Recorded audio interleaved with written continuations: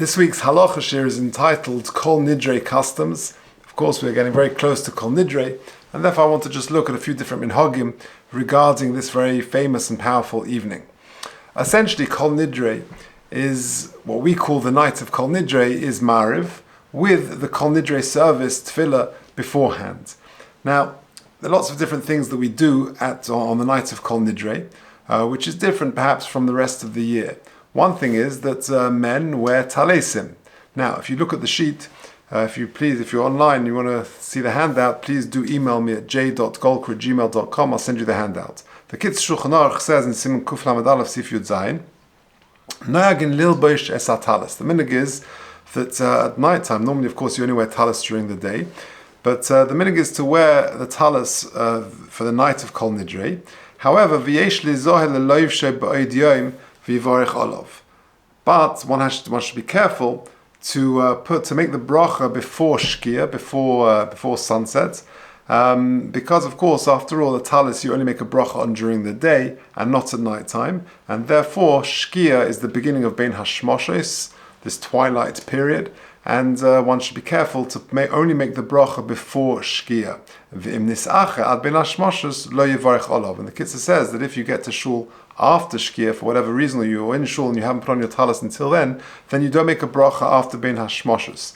Some say that actually not only don't you make a bracha, that it's better to borrow a talis, because a talis she'ula definitely does not require a bracha, because there is a machlukas rishonim whether a talis at night needs a bracha, and therefore it's better to avoid the machlukas, and therefore just to borrow one. But ideally, the preferable thing certainly to do is to get to shul, to wear your own talis, and make sure you do so before shkia. You put it on, you make the bracha before shkia.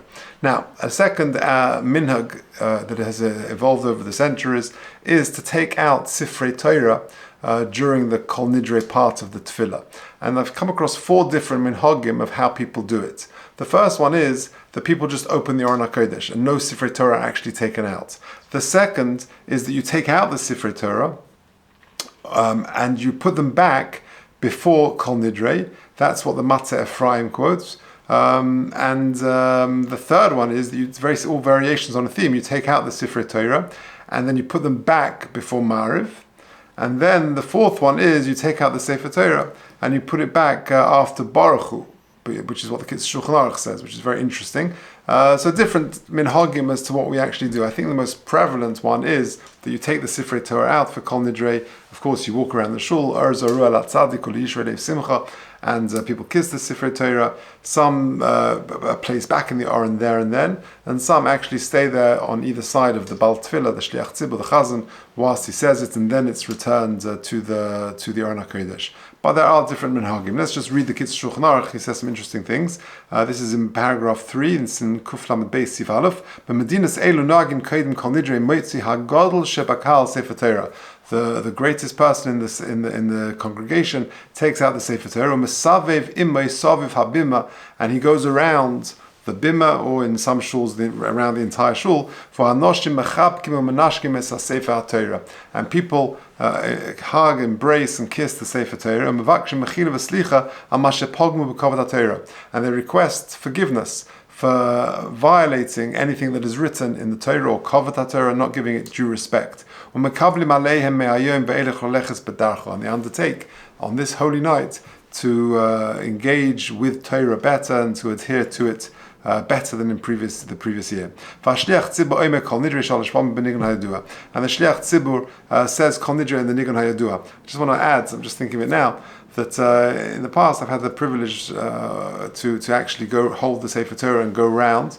And it's a very inspiring thing, seeing just faces, your talis is over your head, it's a very emotional, powerful moment, and you're walking around the shul, and all walks of life, all Yidden there sort of with their highly charged, with talisim over their heads, they're coming towards the Sefer Torah, kissing it, and you see the real pnimius of the Jewish people, they're just cleaving to Torah. It's a very, very powerful sight, really. And the Shliach Tzibur sings Kol Nidrei in the well-known tune. It's an ancient tune. And we of course say it with the Chazan quietly. One begins Kol Nidrei when it's still daylight before Shkia. And it sort of it takes a while and it goes into the evening and goes into the night. And then, like I said before, according to the Kitzur Shulchan Aruch, after Baruch Hu, V'anu Baruch, and then everyone responds to Baruch Hu, Machzir Mesa Sefer HaTorah Laheichel V'chozim Mimkoimon, and you put the Sefer Torah back, and then you continue Ma'ariv. But that's, I don't think, is the accepted minhag. The accepted minhag is that it goes back before Baruch Hu, and then you daven Ma'ariv.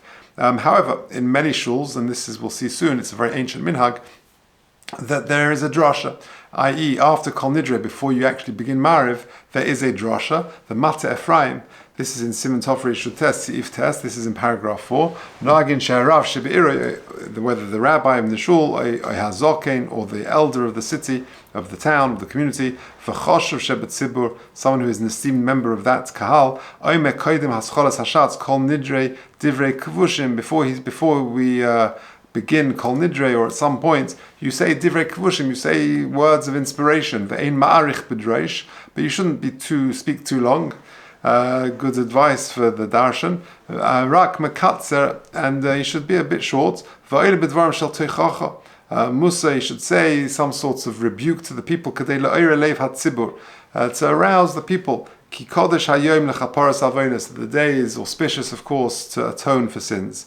Umiho esha sheyom azochisi libi nitharti mechatosi chatos neurim. Who can say with certainty that they are clean from any averas? It's a time for supplication, for parnasa, for kibbutz golius, and for bringing Klal Yisrael together and Moshiach to come. For yitines koile b'bchi, and a person should cry. V'yishmu achiv la'alus hamaduma la'ira rachmim beis rotzen hu la'hayonis b'im kodesh hazeh. And as we of course know, it's a very powerful, potent day for tefillah. So that is the minhag in many shuls, that it's an opportunity for someone, the Rav or whoever, to inspire the tzibur to do tshuva. And in fact, there is an early source for this. The Mishnah says in Tanis, in the beginning of the second parak Beis, Mishnah Aleph, the Mishnah talks about the Seder Taniyos, the various sequences of events if there is no rain. And the Mishnah says the Seder Taniyos Keitzad, Hazoken Shebohen Omer Lefnei Divrei Kvushin. The elder of the city says words of Musa. Achenu le'noima ba'anshe Ninveh. He quotes the famous Chazal that with the Anshe Ninveh, which is what we learn, of course, from Yonah in the afternoon of Yom Kippur, Vayar lekim es sakom ve'es ta'nisom. HaKadosh Baruch Hu sees their sackcloth and their fasting. It doesn't say that. Ela vayar lekim es ma'aseihem. So it doesn't say with Ninveh that HaKadosh Baruch Hu saw the fact that they were wearing sackcloth, which is what they did in those days during a Tanis, or the fact they were fasting, because that is less important in the eyes of HaKadosh Baruch Hu. But rather it says in the Pasuk, Vayar lekim es ma'aseihem, ki shavu midarkom hara, that he saw their actions, their ways, that they had repented from their evil ways. Now on that Mishnah, the Tiferes Yisrael, one of the primary commentators on Mishnah says, Mikan raya sheyesh lidresh b'yom kippurim kodim tefillas ma'ariv shel kol nidrei v'lo kiyesh mekoimos. That there is a minhag you see from here, says the Tiferes Yisrael, the minhag for the darshan to give a drasha, to give a sermon before Ma'ariv, or some point on the night of Kol Nidrei, and not like in other places, which I presume he means do not have this custom and no one speaks. But it's an important and it's an opportune time to say these words. Okay, now let's turn over the page. Next thing to discuss is that of Shechionu. So the Kitzur Shulchan Aruch says, now he says that means that when the Shliach Tzibur says Shechionu on the night of Kol Nidrei, he has in mind to be made to the Tzibur, Mikol Mokum. Says the Kitzur, Nachin shashemeh yechavin shelo yotzu b'berachas hashliach tzibur, eli yivarich ba'atzmei belachash. Much better, says the Kitzur Shulchan Aruch, that each person makes the bracha of Shechionu themselves quietly. V'yimaheh l'sayim kodim shel hashliach tzibur kadei sheyanu amen. And he makes sure that he finishes before the Shliach Tzibur concludes the bracha, so that he can say Amen to the bracha of the Shliach Tzibur.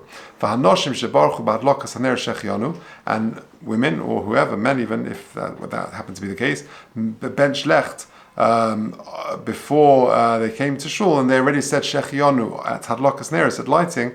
They v'chein ish. Here you go. V'chein ish im hidlik ubirech oz shechionu lo yevarchu atzo shechionu. If they've already said shechionu once, then they do not make it again. So just to summarize, that it's preferred that the individual makes their own shechionu rather than being yotze from the shliach tzibur. The concern is that if you just look at the next Magen Avraham, and then I'll summarize. Kosav HaKol Bo, the Magen Avraham says in Tafresh Shutes, Kosav HaKol Bo v'hochi shapel levorech kol echad la'atzmai ve'ein noagin kenen la'kol soimchen al hashatz. The Kol Bo says that everyone should not make their own bracha, but the Shliach Tzibur says that the shechionu includes everybody. Says the Magen Avraham, v'lir ni da'achshov shel al-roiv ein hashatz mechavan hotzi acherim. People don't always have the correct kavanah, whether it's the Shliach Tzibur or whether it's the individual. Lachein yivarech la'atzma v'chein noagin b'halal v'lulav, and that's the correct thing to do. And therefore, whether it's halal, whether it's lulav, whether it's the shechionu and Yom Kippur, better, says the Magen Avraham, that individually we make the bracha, which is indeed what the Kitzur Shulchan Aruch says, and that is the prevalent minhag, as far as I know, across the Jewish world, that individuals make their own shechionu, whether it's a hadlakas neris, mostly that is women, but of course if a man lights candles for whatever reason, he's not married or his wife is no longer there, then he makes his own shechionu, and if not, otherwise in the normal course of events, that he makes his shechionu when he puts his talis on, before or whenever, when that's Kol Nidrei on that evening, and he says it at the time that the Shliach Tzibur does it, but he should conclude his shechionu before the Chazan finishes his bracha, so that he can say Amen to the Chazan's bracha. Okay, now next thing, the next point is the nusach of Kol Nidrei, the actual text. So if you take a look at paragraph 6, of course it's well known there are different texts. Kol Nidrei, we say all the nadarim that I vowed during the year, Yom Kippurim she'ova ad Yom Kippurim zeh, from last Yom Kippur till this Yom Kippur, that is one text, or Yom Kippurim zeh ad Yom Kippurim haba, or until next year. So Kol Nidrei essentially is a form of Hataras Nadarim for vows of the past year. That's one understanding of it, and therefore the nusach is Yom Kippurim she'ova ad Yom Kippurim zeh. So it's Hataras Nadarim for the vows of the last year. However, the Rabbeinu Tam was troubled by this, and he felt that it's a tefillah for the future, and therefore his nusach is Yom Kippurim zeh ad Yom Kippurim haba, and this has become the standard nusach in minhagim in kehillas in Ashkenaz, and that seems to be what people do. The Ramah says, "V'nagim le'men kol nidrei ba'odah yom mamshich b'nigunim ad halayla." You start at the daytime and you finish at the nighttime. And the Mishnah Berurah comments on that and says, "Af agav da'anu sovim Rabbeinu Tam or mastin Allah haba." And the reason for that is because it's a form of Hataras Nadarim, and therefore Hataras Nadarim should really be done during the day, because that's when the Din Torah based in operates. And therefore the Mishnah Berurah points out that even though we paskin like the Rabbeinu Tam, and the nusach we use is Yom Kippurim zeh ad Yom Kippurim haba, and it's not therefore a form of Hataras Nadarim, it's more of a tefillah for the future. Nevertheless, Mikol Malkum Domi K'tzas LaHafaras Nadarim She'ein Mafirim B'Shabbos V'Yontav V'Uadin Yom Kippurim. Nevertheless, it's quite similar to a form of Hafaras Nadarim, Hataras Nadarim, undoing vows, and therefore, since we don't want to do that on Yom Kippur itself, it's appropriate to begin whilst it's still daytime, and then therefore it's not really something which we have done on the day, sort of Yom Kippur itself, after night. Rabbi Vadia Yosef says that you can do Kol Nidrei on Yom Kippur, despite the concerns about doing Hataras Nadarim on a Shabbos Yontav stroke Yom Kippur, because it's important not to have any outstanding vows. Plus, one is allowed in Hilchos Hataras Nadarim. One is allowed to do Hataras Nadarim if people are only around on Shabbos and Yontav, and it's just not proper. It's not proper Hataras Nadarim. It's not a real Hataras Nadarim, and it's just to avoid people thinking that it's okay to do on Shabbos and Yontav, and therefore, essentially, it is allowed if people are only around on Shabbos and Yontav. That's when you get your based in. Final point, the Kitzur Shulchan Aruch says, Yesh nagin lalun bebeis hakneses. There are those who have the custom to stay the whole night in the Beis HaMedrash, v'lo mashirs v'tishbachos kol halayla, And then if you want to have a little bit of a sleep, you move away from the Aron HaKodesh. It's a very holy place, and therefore it's appropriate that you sleep, away from it, either outside the shul or at the very back of the shul. And that's the appropriate thing to do. However, v'chazonim lo yo'iru ki al yedei. However, the chazan shouldn't do that. He shouldn't stay up all night. Why? Because he'll lose his voice. If you miss sleep, then your voice plays up, and therefore we want the chazan to be in good form on the next day, so he should have a good night's sleep. But of course, whilst the Kitzur says it's meritorious to stay up all night, and there are some holy Jews who do exactly that, it's only for Yechidei Segula, it's only for very lofty individuals, but the vast majority of us need a good night's sleep ahead of the Avodas Hayom, ahead, before the big day for Yom Kippur. And it's important to be, alert and fresh, so that we can really sort of focus in our tefillah, in our thinking, and in our tshuva. I remember that they tell the story of, I think it's Rabbi Aaron Lichtenstein. I was told that those who were in Gush on Friday, on Yom Kippur night, that he would give a very large shir klali after Kol Nidrei. It's somewhat earlier, so they start Kol Nidrei at say 5 o'clock, 6 o'clock, and by 8, 8:30, 9 o'clock he would give his shir, and then he would go through the night. And after an hour, 2 hours, those would sort of slip off and go to bed, and then he would just keep on going all the way through, and again, and then go to Shacharis the next day and daven with full of kavana, and those are for Yechidei Segula. But for the rest of us, we need to have a good night's sleep on Yom Kippur so that we can daven as well as we can. And in Hashem, with all of these beautiful minhagim, whether it's the actual Kol Nidrei itself, whether it's the talis that we put on before Shkia and say the bracha before Shkia, all the different customs of taking out the Sifrei Torah, the importance of having an inspiring drasha, and all the very old sources for it, and the different halachas regarding Sheikh Yonu, the different nuschos of Kol Nidrei, and Hataras and Darim, and staying up, not staying up. The main thing is, in Mitzvah Hashem, our tefillah should be answered, and we should have a Gemar Chasima Tova, and it should be a wonderful year for the whole of Klal Yisrael.